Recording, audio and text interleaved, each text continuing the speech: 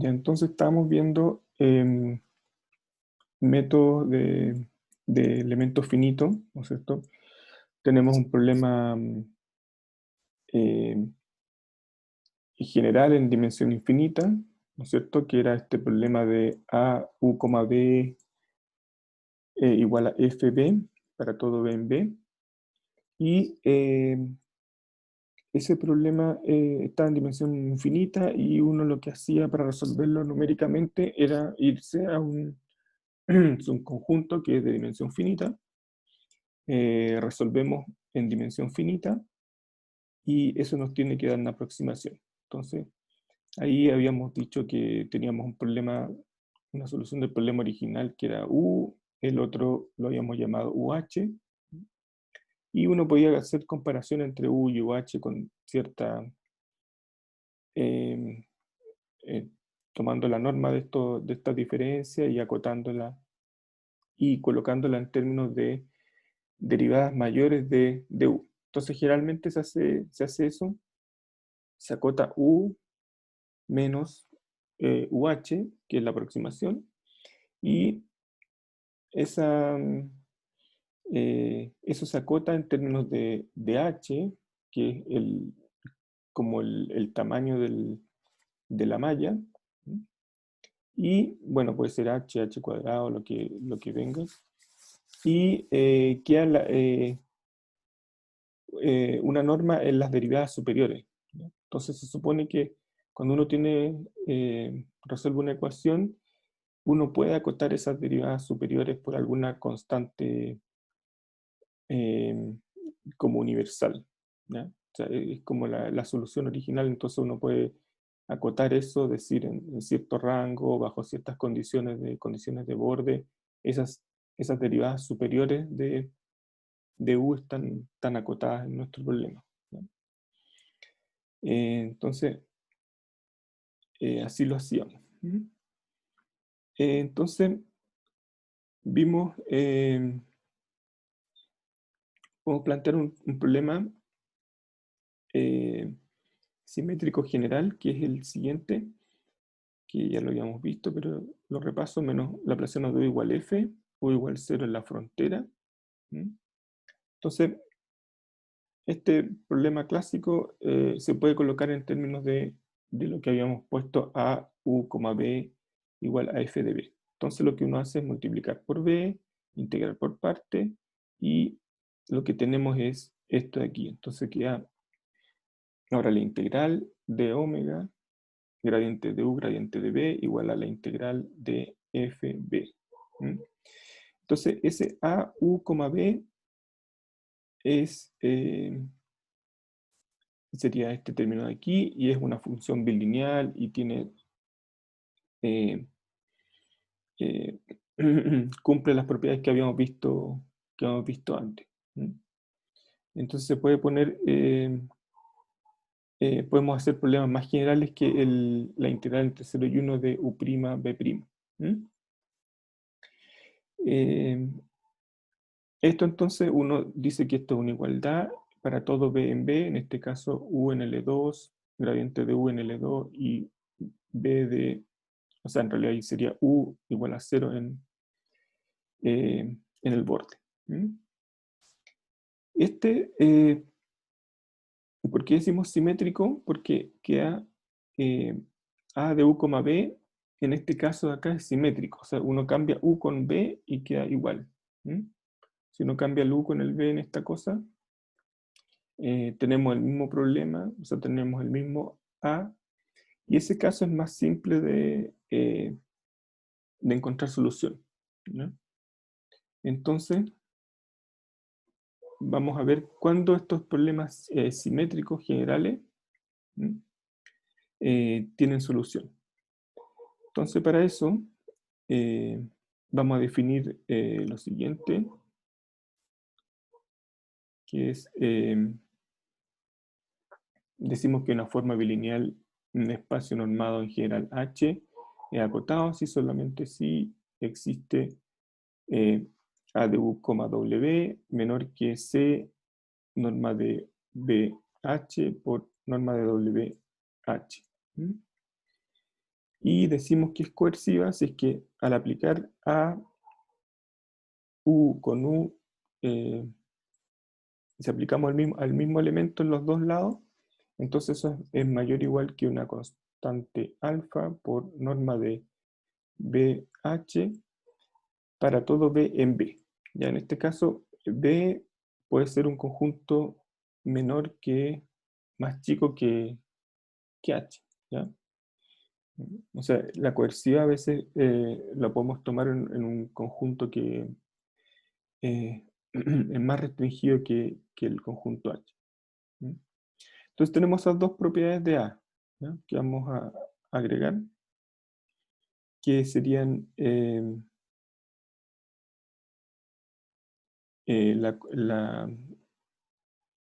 acotamiento, o también se llama continuidad, y la coercividad. ¿Mm? Entonces, aquí viene un teorema antes de poder demostrar que estos problemas simétricos tienen solución en este espacio, en un cierto espacio B. CH un Hilbert, ¿ya? Y supongamos que A, A en dos variables, una forma bilineal simétrica, continua en H y coerciva en un subespacio cerrado B. Entonces esta proposición me dice que B con este A, ¿ya? Con esta forma bilineal, es un espacio de Hilbert. O sea, A en realidad es un producto interno de B. ¿Ya? Acuérdense que el espacio de Hilbert entonces es un espacio que su norma está dada por un producto interno, ¿ya? La norma al cuadrado es igual al producto interno evaluado en la función, en los dos argumentos, y es completo. ¿Mm? Entonces son esas dos condiciones para tener un espacio de Hilbert, que tenemos que tener un producto, su norma está dada por un producto interno, ¿no? Es como la norma en la raíz cuadrada del producto interno también se pone. Y eh, eh, acá lo que vemos es que si uno tiene una forma bilineal en un espacio cerrado de B de H, y esa forma bilineal es continua y coerciva, que es justo las propiedades que habíamos dicho antes, entonces en realidad este forma un espacio de Hilbert. ¿Mm? Entonces veamos que A es un producto interno de B. Obviamente esta cosa es positiva, bueno, por la coercividad. ¿Mm? Y para que, bueno, bilineal, ¿no es cierto? Esto tiene que satisfacer un producto interno, entonces tiene que ser positivo, y cuando evaluamos el mismo elemento, entonces si es cero, si solo si B es cero. ¿Ya? O sea, si tengo un elemento aquí que el producto interno con el mismo es cero, entonces ese elemento tiene que ser necesariamente cero. ¿Mm? Entonces, por la coercividad, uno ve que satisface que A es producto interno, porque, bueno, es bilineal, ¿ya? Eso es por hipótesis, y la positividad va por esta coercividad que me dice que A de B es mayor que esta cosa, y esto siempre es positivo porque es una norma y alfa es positivo. ¿Mm? También nos falta ver la segunda condición, que sería A de B, B igual a 0. Eso también eh, implica que B es 0, porque va a quedar que por la coercividad esto es 0, va a quedar como un sándwich aquí, entonces me va a decir que la norma de B es 0, entonces B tiene que ser 0. ¿Ya? Y bueno, obviamente A de 0, 0 también es 0. ¿Mm? Entonces, eh,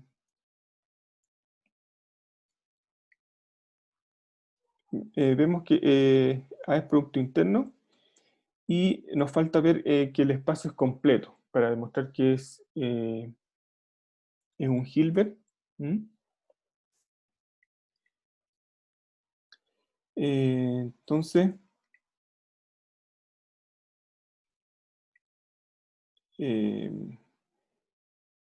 veamos que es completo. Tomemos una solución de Cauchy Bn de B con esta norma E, que es la norma, ¿se acuerdan que también la habíamos usado antes? Que era la norma E, la norma de energía, que era la raíz cuadrada de A.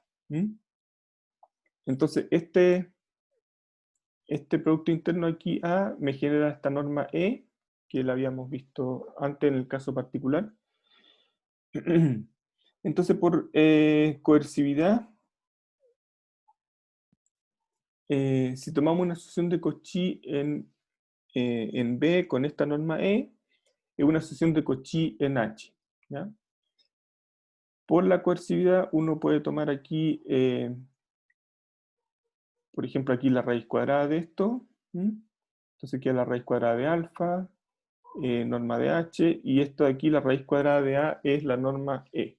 Entonces, si es de Cauchy en E, entonces estas cosas tienden a cero, significa que un elemento Bn menos Bm tiende a cero, entonces esta cosa también va a tender a cero en H. Bn menos Bm. Y si es de Cauchy, entonces en H, como H es un Hilbert y es completo, entonces tiene una... entonces convergente. Convergente a un elemento B en H. Entonces, esto implica es por la completitud del Hilbert H, ¿no? Como se pasa de que es Cauchy en E, pasa a ser Cauchy en H, entonces tenemos que esa sucesión es convergente en H, a un elemento B. Pero, claro, inicialmente este B está en H, pero como B es cerrado en H, entonces este famoso B límite también está en B. También está en B. Entonces tenemos que ver que realmente este Bn converja a B en B, con la norma E. Y ahí usamos la continuidad de A. Entonces la continuidad de A me dice que A de W, B es menor que una constante por norma W en H, B en H. Si colocamos W igual a B, entonces me queda esa desigualdad que está ahí al lado, que es norma de B al cuadrado en E es menor que C, norma de B en H al cuadrado. Y si colocamos B menos B en H, en esa desigualdad, y sacamos raíz cuadrada, queda lo de abajo, que sería norma de B menos Bn en E es menor que la raíz cuadrada de C, norma de B menos Bn en H. Entonces, como sabemos que es convergente en H, esa cosa, la norma que está a la derecha, converge a cero, entonces converge a cero en la norma E. Entonces Bn converge a B en E en este espacio con ese producto interno. Y así B es completo y luego es un Hilbert. ¿Ya? Esto lo habíamos visto antes un poco escondido, ¿no? Al tomar esta norma E que habíamos definido antes, que era la raíz cuadrada de A B, B. Entonces, la gracia entonces, como esta forma es bilineal y simétrica, podemos hacer convertirla en producto interno. Pero si tuviéramos un A que no fuera simétrico, no podríamos hacer eso como lo vamos a ver después. Entonces, supongamos las siguientes tres condiciones. Tenemos un espacio de Hilbert, un subespacio cerrado de H, y A una forma bilineal continua, simétrica y coerciva en B. ¿Ya? Entonces, ahora vamos a poner un problema, el problema que queremos resolver. Entonces, dado f en B', B' es como el dual de B, ¿ya? Una función lineal continua de B en R, planteamos el problema de encontrar U en B tal que A de, bueno, ahí está mal escrito, pero A de U, B igual a F de B. ¿Mm? Ahí la primera es una U. ¿Ya? Entonces, esta progresión me dice que si tenemos las condiciones de arriba, 1, 2, 3, ¿ya? Tenemos un Hilbert, un subespacio cerrado, y A es bilineal continua e coerciva en este espacio B, entonces existe una única solución U en B que resuelve 1. ¿Ya? Ahí también me equivoqué, ese es un U. Entonces este problema tiene una única solución. ¿Mm? Entonces, ¿cómo se demuestra eso? Usando lo que hicimos anteriormente. Tenemos A, U, B es un producto interno de B. ¿Mm? B con este A es un espacio de Hilbert. ¿Mm?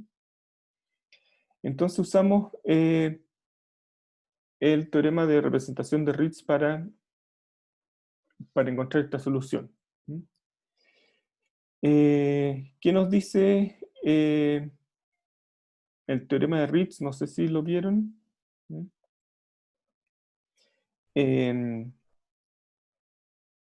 Nos dice lo siguiente, que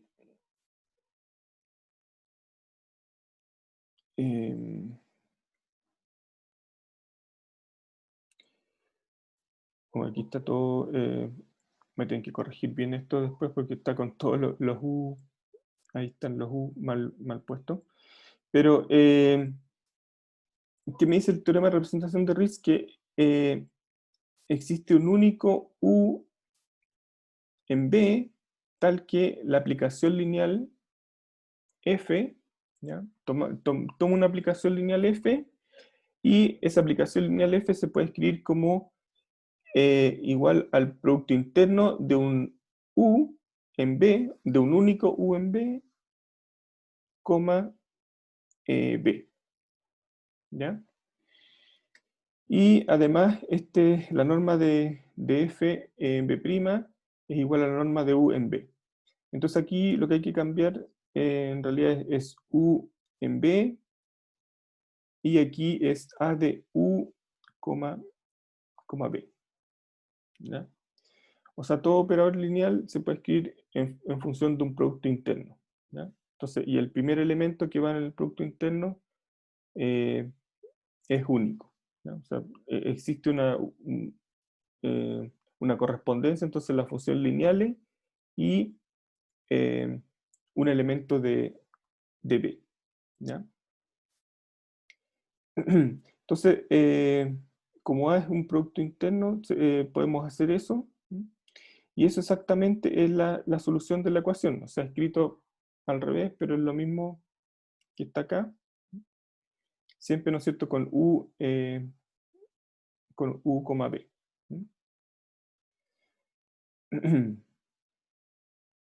Después lo voy a cambiar eso y se lo envío de nuevo. Después no sé si tienen alguna duda.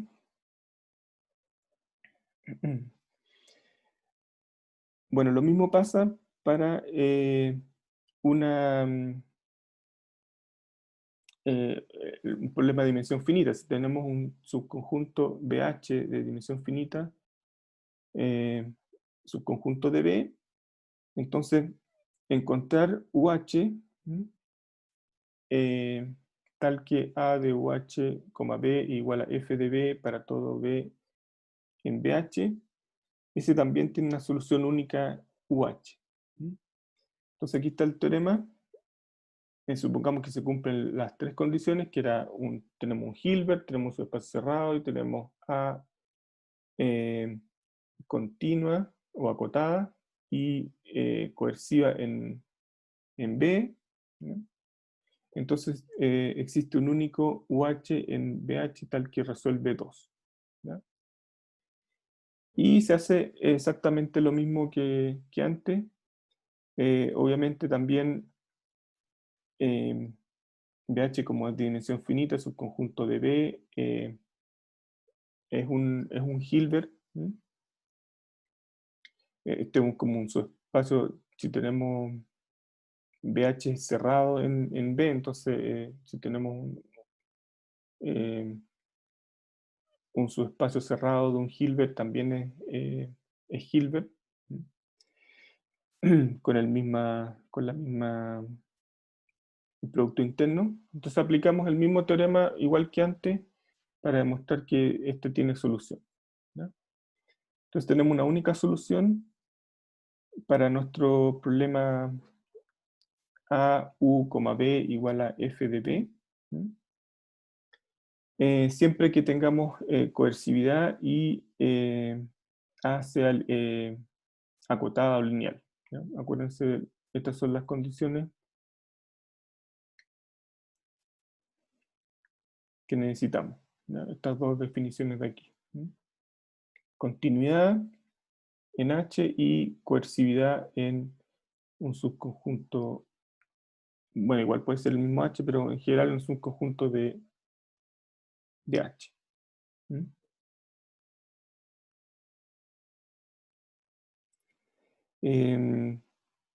Ya. Bueno, igualmente también se satisface la ortogonalidad. ¿Se acuerdan que vimos que uno podía restar 1 y 2? Entonces esto A de U menos UH, B es igual a 0 para todo B en H. ¿Mm? Y también vimos que U menos UH era igual al mínimo de U menos B en E. ¿Mm? Acá en estos dos casos, estas dos normas son E. ¿Mm? Es el mínimo entre todos los B en BH. ¿Ya? Eso también lo vimos antes, pero claro, se puede generalizar este caso acá, que es más general.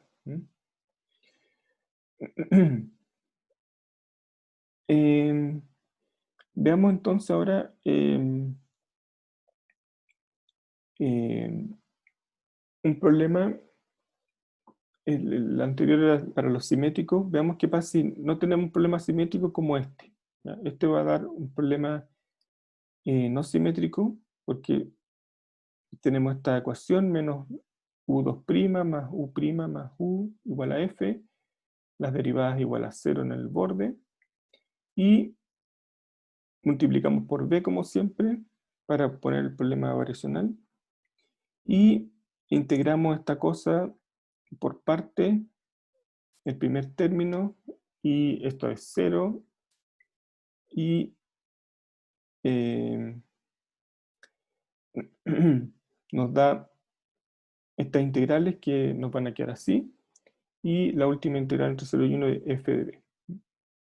Entonces aquí también podemos poner a de u, b igual a fb, y el a ahora va a quedar como eh, esta suma de tres integrales, ¿sí?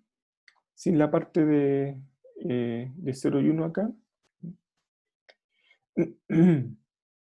Entonces, si se fijan bien, ese a de u, b no es simétrico. ¿Ya? Si yo cambio u con b aquí, ¿ya? Olvídense de este primer término, en las integrales van a ver que la primera es simétrica, la primera integral es simétrica, la última, la tercera integral es simétrica, pero la del medio no, porque va a quedar u cambiado con b, no queda igual, o sea, va a quedar la integral entre u' b, no es lo mismo que la integral de b' u. ¿Mm? Entonces, no tenemos simetría ahí, ¿ya? Y f de b se puede poner como el, ¿no es cierto?, el producto interno en L2, que es f, b, es la integral de f con b. ¿Ya? Entonces tomemos el espacio B ahora, que es H1, que es la función en L2 y la derivada en L2. Entonces probemos que A es continuo. Entonces A es continua.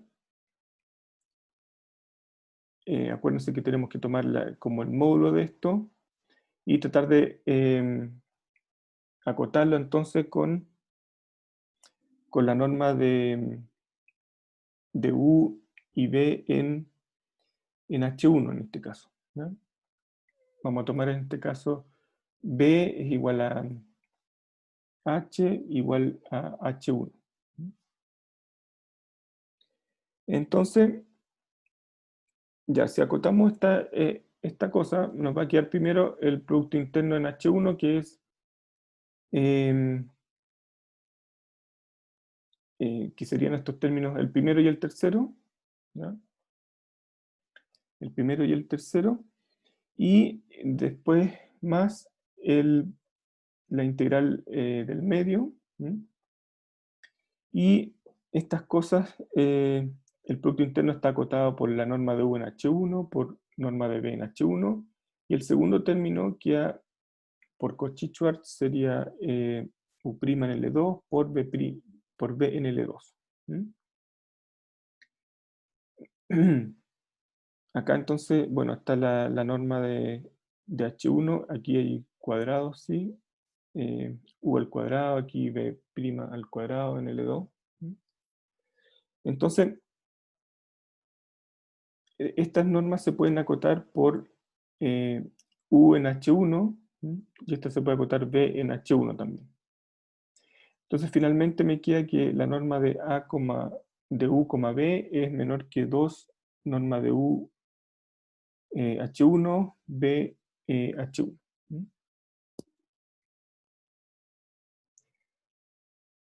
Después veamos la coercividad. ¿Ya? Eso prueba que el A es continuo. Y veamos la coercividad. Entonces hay un problema aquí con el término del medio. Entonces lo que vamos a hacer es, como no sabemos cuál es el signo de B', de B, estas cosas son positivas, pero el otro no sabemos. Entonces arreglamos esto de esta forma, ¿ya? Sería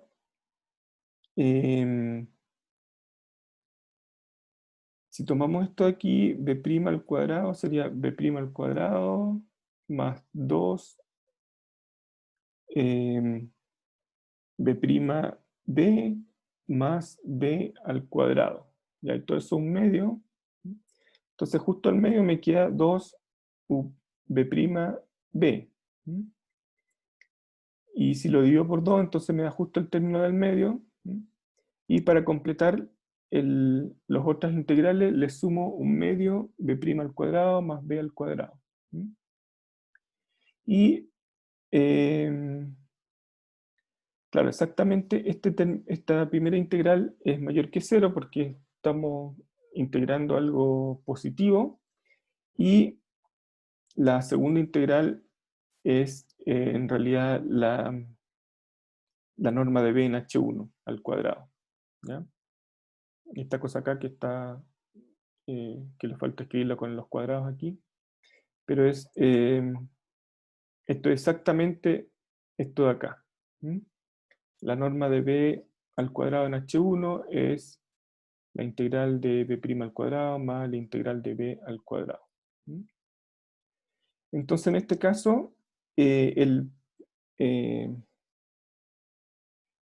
A es coercivo. El problema es que tenemos que no es simétrico. Entonces, no podemos aplicar el teorema anterior para tener, ¿cómo se llama? Existencia. ¿Qué pasa si por ejemplo cambiamos la ecuación y ponemos k por u' más u igual f? Un k positivo. Entonces,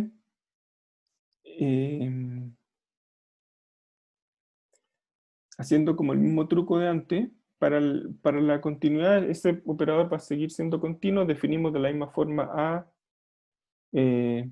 igual que antes, nos va a quedar así.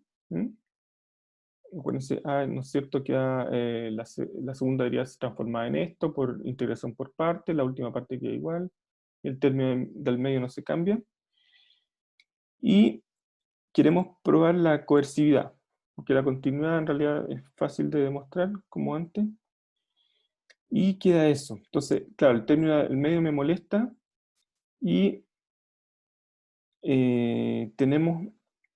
hacemos el truco aquí de colocar eh, la integral de b con b'. Y para eso entonces hacemos esta resta, ¿ya? Porque aquí pusimos k medio b' al cuadrado, entonces tenemos que restarlo del otro. Y necesitamos que esta cosa sea positivo. Y para que sea positivo, entonces k tiene que ser menor que 2. Si k es mayor que 2, entonces no vamos a tener que coercividad para este problema, ¿ya? Entonces, aquí se ve que, claro, colocando un término, por ejemplo, este término acá con k, no siempre vamos a tener existencia de una única solución. Ahí tendríamos que ver otros teoremas para ver la existencia de este problema, pero con el teorema que vamos a ver a continuación, este problema va a tener existencia siempre que k esté entre 0 y 2. K es positivo para dar la continuidad, y para la coercividad necesitamos que k sea menor estricto que 2. ¿Ya? Solamente en ese caso vamos a tener la existencia de la única solución para este problema con las condiciones de borde que hemos dicho antes, u' 0 igual a u' en u igual a 0. Ya no sé si tiene alguna duda.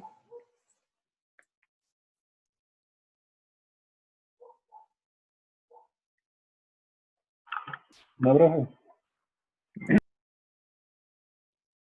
Ya.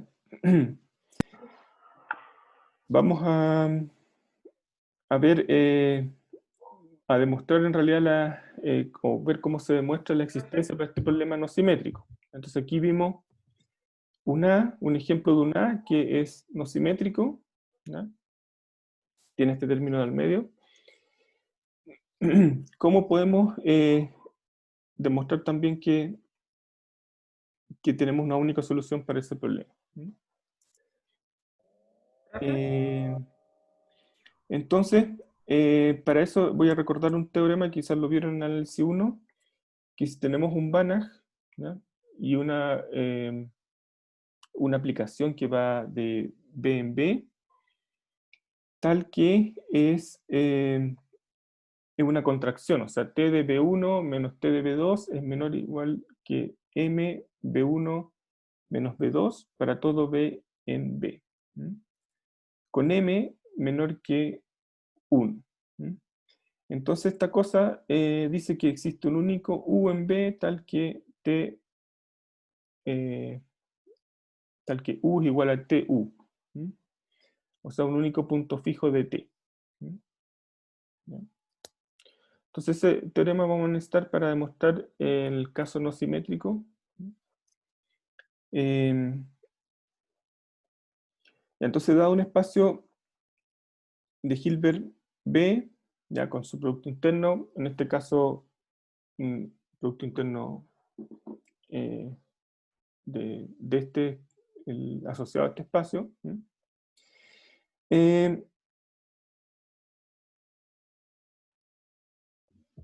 Profe, Ah, ¿mm?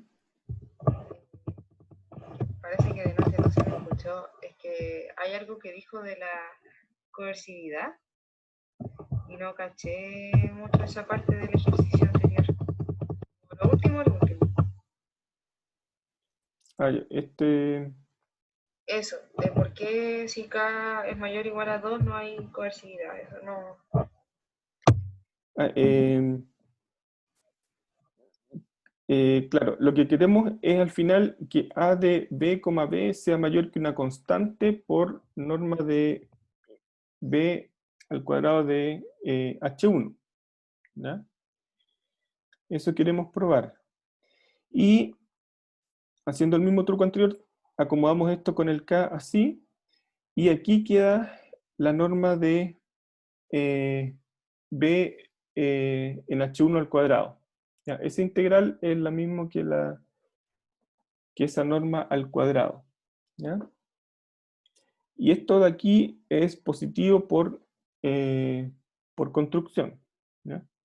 Entonces, cuando uno trate de acotar esto por abajo, va a ver que esto es positivo, así que eso es mayor que 0, lo desecho, pero si esto es mayor que 2, esta cosa me da negativa.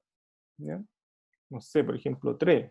Va a quedar menos un medio, y eso entonces no lo voy a poder acotar por una constante por la norma de b al cuadrado. ¿Ya? Ese es el problema. Entonces va a quedar negativo por la norma de b. ¿Ya? Ah, ya. Sí, ahí sí. Gracias, profe. Sí.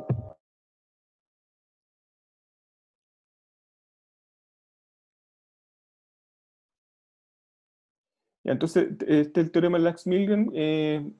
Tenemos un espacio B, ¿ya? Un espacio de Hilbert con su producto interno, una forma bilineal continua y coerciva en B, ahí no la puse, pero es, ahí lo puedo arreglar después.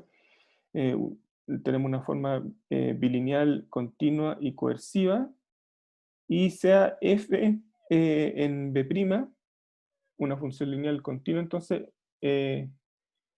entonces existe una única solución U en B, tal que A de U, B igual a F de B para todo B en B. ¿Ya? Entonces tengo un espacio Hilbert, una forma bilineal, continua y coerciva, ¿ya? Y si me doy una función lineal en B, F, entonces existe una única solución U en B, tal que A de U, B es igual a F de B eh, para todo B en B. Entonces, ¿cuál es la diferencia con el caso anterior? Que aquí puede ser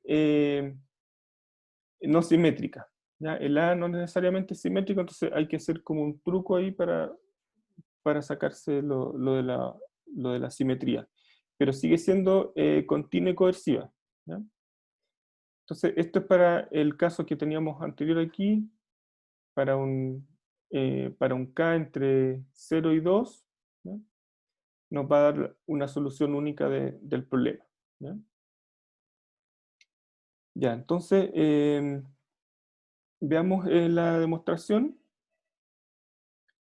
Para cada U en B, definimos AU tal que AU evaluado en B es igual a AU, B. ¿Ya? Otra forma de decirlo. AU es lineal. ¿Ya? Es lineal, ¿no es cierto? Si uno pone aquí un alfa B1 más alfa B2, entonces esta cosa es lineal. Después vemos que es continua, ¿ya? Si una función es lineal, perdón, claro, si es lineal, para ver la continuidad hay que ver, hay que calcular esta norma. A de U norma es el supremo entonces de esto dividido por la norma de B. ¿No? Eso hay que ver que sea acotado. Entonces, como tenemos esto por continuidad de A chico, entonces con eso tenemos que AU es continuo. ¿ya? Acuérdense que la continuidad es de una función lineal es f, o si una función L, entonces sería arriba supremo de LU dividido por norma de U, eso tiene que ser acotado. Entonces aquí ponemos AU aquí, AU acá, eso tiene que ser acotado, y acotado eh, por la propiedad de continuidad de A. ¿Mm? Ya, además de eso, eso era para AU, y ahora podemos ver A solito. ¿Mm? Entonces, A solo, ¿cómo es A solo? A solo es una función que toma un U en B y la asocia a U, ¿ya? Que es esta función lineal continua, ¿ya? Entonces va de, eh, este A va de B en B' o B estrella, no sé cómo lo llaman, lo han llamado ustedes en otros cursos, va de B en la función lineal continua de B en R. ¿Mm? Y eso también se puede acotar. Entonces, A mayúscula es una función lineal continua que va de B en B', y se puede acotar así, y está acotado por la constante C del A chico. ¿Mm? Ya, entonces tenemos estas propiedades de AU y A. ¿Mm? Y por otro lado, planteamos el teorema de Ritz, que eh, para todo phi en B', ¿mm? Lo había puesto antes también, existe un único tau phi en B, tal que phi de B es igual a tau phi B. ¿Ya? O sea, ¿qué quiere decir eso? Que cualquier función lineal continua, lo mismo que dije antes, eh, tiene un único representante en B. En este caso, vamos a escribir el representante como tau phi. O sea, para cada lineal continua tenemos tau phi, que es el que va en el producto interno. Entonces, toda función lineal continua se puede representar con un producto interno, y el producto interno va con este tau phi aquí, que es el representante que tiene esa función lineal continua. Entonces, ese es el teorema de Ritz. ¿Ya? Lineal continua, hay una correspondencia con un elemento eh, en B. O sea, lineal continua de B en R tiene un elemento representante en B. ¿Mm? Entonces aquí tau va de B' en B. ¿Ya? La asocia, acá lineal continua la asocia un elemento en B.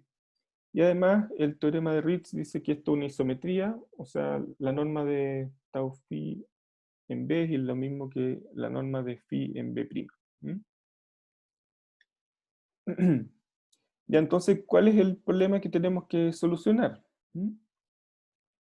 El problema que tenemos que solucionar es encontrar un único U en B tal que AU en B es igual a FB, ¿ya? Para todo B en B. Esa es el único, o sea, tenemos que encontrar un único U tal que satisface esto, y lo podemos escribir en nuestra notación ahora así. ¿Mm? Entonces, AU evaluado en B tiene que ser igual a F en B para todo B en B. O sea, eso es lo mismo que decir que AU es igual a F en B'. ¿Mm? Y lo que vamos a hacer entonces es, como tenemos esta igualdad en B', la pasamos esta igualdad a B. Entonces aplicamos tau, ¿mm?, a ambos lados, y nos queda entonces que tau de AU es igual a, tiene que ser igual a tau de F. ¿Ya? Entonces todas estas implicancias son como sí, solo sí. Eh, y entonces, ahora convertimos esta igualdad en B en un punto fijo de una función t. ¿Mm? Entonces, esto de aquí, esa igualdad de ahí, equivale a encontrar un punto fijo U igual a TU para un cierto ρ, donde T de B es igual a B menos rho tau AU menos tau F. ¿Ya?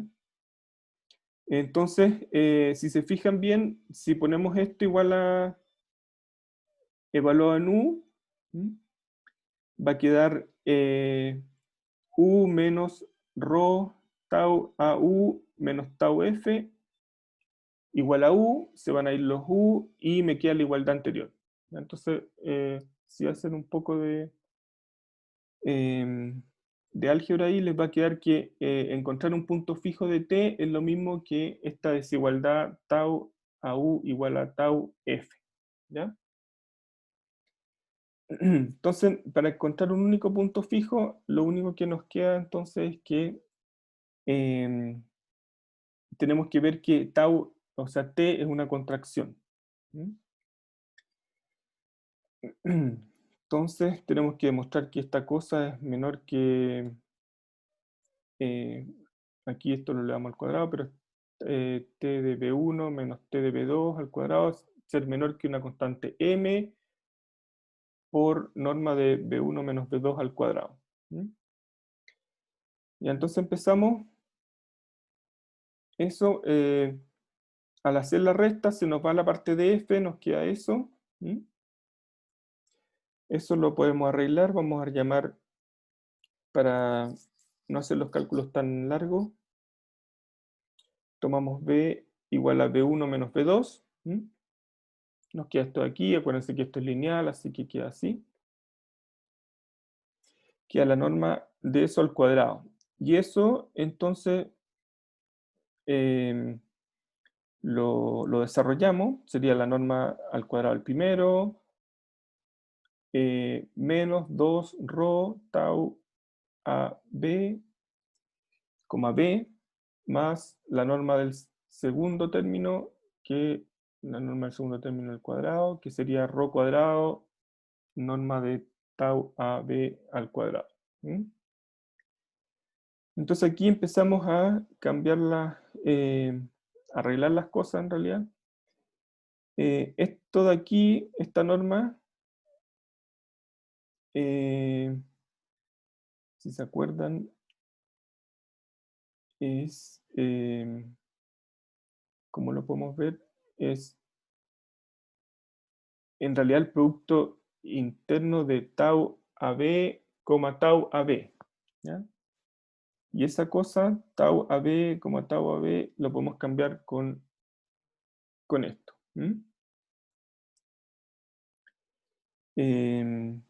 Ahí ustedes pueden ver después, ver los pasos, que es lo mismo que está acá al lado. Tau AB con B, entonces podemos escribirlo como AB de B. Claro, porque acá está la igualdad que teníamos, entonces tomamos este phi como AB. Entonces quería AB, B, B. Es cosa como de reescribir de nuevo lo que hicimos. Eso entonces se puede escribir como, en términos ahora del A chico, que el A chico sabemos nosotros las propiedades de coercividad y continuidad. Entonces, este A chico sería A de B, tau a B, esto aquí es lo mismo, y esto aquí sería A de B, B. A de B, B cumple la coercividad, entonces podemos poner menor o igual que alfa norma de B, ¿ya? Como está con signo negativo, entonces la desigualdad está bien. Y en el otro lado tenemos, aplicamos la continuidad de A. Entonces queda la norma del primero por la norma del segundo por un C. Y sabemos que esta es una isometría, así que esto es lo mismo que la norma de tau de AB, lo mismo que la norma de AB en B', y eso era menor que C por norma de B. Entonces aquí nos queda C cuadrado, norma de B al cuadrado. Y nos queda toda esta cosa aquí adelante, podemos factorizar norma de b al cuadrado, y eso necesitamos que sea menor que 1. Entonces, lo podemos llamar m si quieren. Entonces, esto menor que 1, se nos va los 1, y finalmente nos queda que ρ, para que eso sea menor que 1, ρ tiene que ser, estar entre 0 y 2 alfa dividido por c cuadrado. ¿Ya? Entonces, eligiendo cualquier ρ en ese rango, eso va a dar un m entre 0 y 1, y va a ser una contracción, y por el teorema anterior, entonces, tenemos la existencia de la solución. ¿Mm? Quizá un poquito, en realidad es simple de ver, o sea, hay que ver bien, hay que ser cuidadoso nomás acá en la demostración de que es una contracción, pero en general es simple. ¿Mm? Entonces tenemos este teorema de Lax-Milgram, me dice que existe una única solución siempre que tengamos que esta función bilineal sea continua y coerciva, y no necesariamente simétrica. ¿Mm? Entonces acá, bueno, eh, acá es un poco lo mismo, de aplicar lo mismo que antes. No sé si tienen dudas del teorema anterior.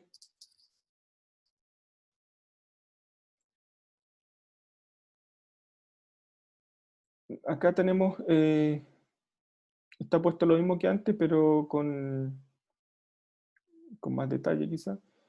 Tenemos un Hilbert, un subespacio cerrado de ese Hilbert. ¿Mm? Eh, Ese subespacio cerrado también es subespacio, o sea, un espacio de Hilbert con este producto interno acá. ¿Mm? Y una forma bilineal, continua y coerciva en B. ¿Mm? Entonces, por el teorema de Lax-Milgram podemos encontrar solución para este problema: A de U, B igual a F de B para todo B en B. ¿Mm? Y también para el problema en dimensión finita. ¿Mm? Entonces, acá están las demostraciones de eso, dadas las 5 condiciones anteriores. Eh, Tenemos solución para el primer problema, el problema 3, para el problema 4. ¿Mm? Como les dije antes, si tenemos un espacio Hilbert y un subespacio cerrado, entonces ese subespacio cerrado también es un Hilbert con el mismo producto interno. Ya, y para terminar entonces, eh,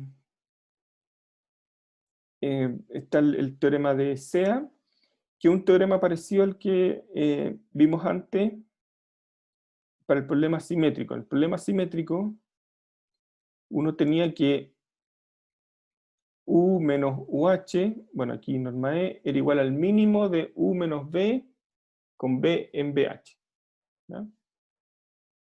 Entonces, el mínimo de los B en BH se alcanza justo en la solución del problema de Ritz-Galerkin, que es el problema de dimensión finita. Eso en el caso simétrico.